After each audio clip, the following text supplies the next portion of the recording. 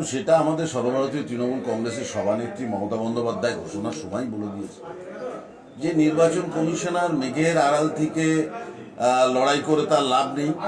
তিনি সামনাসামনি লড়াই করুন। তার যদি মনে হয়ে থাকে তাহলে মানুষের ম্যান্ডেট দিন, তিনি নিজে ভোটে দাঁড়ান, তার যারা সঙ্গীভঙ্গী আছে তারা ভোটে দাঁড়ান। শেষ কথা তো বলবে মানুষ। তো আমরা ধরেই নিয়েছি এইসব হবে। কিন্তু বাংলার অস্মিতার প্রশ্নে, বাঙালির অস্মিতার প্রশ্নে, বাংলা এবং বাঙালির প্রশ্নে বিজেপি বাংলা এবং বাঙালি বিরোধী, এটা বাংলার আপামর মানুষ জানে। সুতরাং মানুষের প্রতি আস্থা আছে। যত পরিবর্তনই করুক না কেন, তারাও তো পশ্চিমবাংলাতেই কাজ করবেন, পশ্চিমবাংলার ক্যাডার। তারাও জানেন যে 1.5-2 মাস পরে আবার পশ্চিমবাংলার মুখ্যমন্ত্রীর নাম মমতা বন্দ্যোপাধ্যায়। তার আন্ডারেই, তার নেতৃত্বেই আমাদেরকে, আমরা যারা আইএস বা আমরা যারা আইপিএস, আমাদেরই কাজ করতে হবে। সুতরাং খুব একটা সুবিধা হবে না এদের দিয়ে, যে বিজেপি যদি মনে করে যে বিজেপির হয়ে কাজ করিয়ে নেবে, অতটা সুবিধা হবে না। দ্বিতীয়বার প্রার্থী হলেন, কি বলবেন অশোকনগর মানুষের জন্য এবং নিজের দলকে? না, দলনেত্রী মমতা বন্দ্যোপাধ্যায়কে অনেক কৃতজ্ঞতা জানাই, আমার প্রণাম জানাই। আমাদের দলের নেতা অভিষেক বন্দ্যোপাধ্যায় সেনাপতি, তাকে অনেক অনেক শুভেচ্ছা জানাই আমাকে দ্বিতীয়বারের জন্য মনোনয়ন দেওয়ার জন্যে।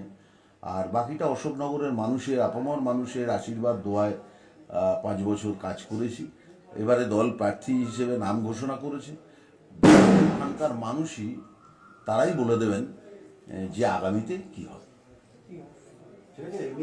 আরেকটা প্রশ্ন, যেটা হচ্ছে বাংলাদেশি বলে বারবার আপনি যেটা বলছেন সেটা হচ্ছে বিচারাধীন বিষয়টা।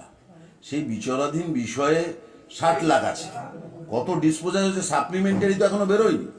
তো ন্যাচারালি তৃণমূল কংগ্রেস দেখুন আগাগোড়াই বলে আসছে বাংলার সমস্ত বৈধ নাগরিককে ভোটাধিকার দিতে হবে। সেক্ষেত্রে কোনো দলগত বক্তব্য কিন্তু তৃণমূল কংগ্রেসের নেই। আমরা মানুষের গণতান্ত্রিক অধিকার যাতে বজায় থাকে, তার জন্য আমার নেত্রী, আমার দল বলেছে, আমরাও সেই একই কথা বলি। দাদা, আরেকটা যে বিজেপি যে অর্ধেক লিস্ট বার করেছে, তারা রাষ্ট্রবাদী মুসলমান বলছে, কিন্তু এখনো পর্যন্ত কি এই 144 জনের নামের লিস্ট, তার মধ্যে কোনো রাষ্ট্রবাদী মুসলমান ওরা পাননি? আপনার কি চিন্তা ভাবনা? দেখুন, মানে শাক দিয়ে মাছ ঢেকে তো লাভ নেই, নাচতে নেমে ঘুমটা দিয়েও লাভ নেই। ও বিজেপিও জানে হয়তো ভাড়া করে কোনো সংখ্যালঘুকে আনবে। বাংলার মানুষ জানেন, দেশের মানুষ জানেন যে জাতপাতের ভিত্তিতেই এই দলটা টিকে রয়েছে, আদারওয়াইজ কিছুই নেই।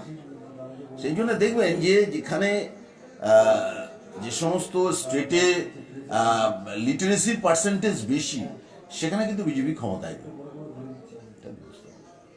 ঠিক আছে।